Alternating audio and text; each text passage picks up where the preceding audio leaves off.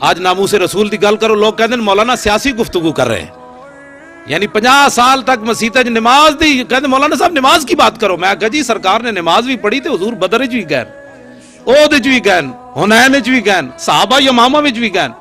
72 جنگاں بندیاں جڑا حضور دی ظاہری حیات وچ لڑیاں گئیاں. 47 سرایا جڑا حضور نے روانہ صحابہ کیتے تے خود نہیں گئے، اس جنگ نو کہندے سریہ، جس وچ حضور خود جان اس نو کہندے غزوہ. 27 غزواتن تے 47 سرایاں، اے 72 جنگاں بندیاں.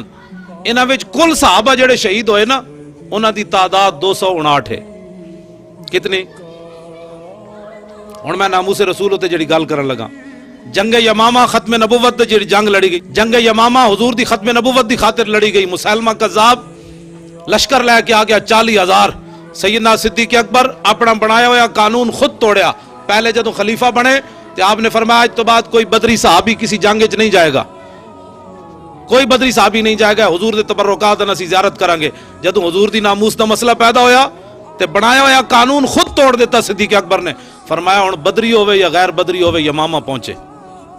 تے پتہ ہے حضور دی ختم نبوت دی خاطر جڑی جنگ لڑی گئی 1200 صحابہ شہید ہوئے نو دے. 72 جنگاں وچ 259 صحابہ شہید ہوئے. انہاں وچ 700 تو تے حافظ تے قاری صحابہ سن، 11 وچ بدری صحابہ سن.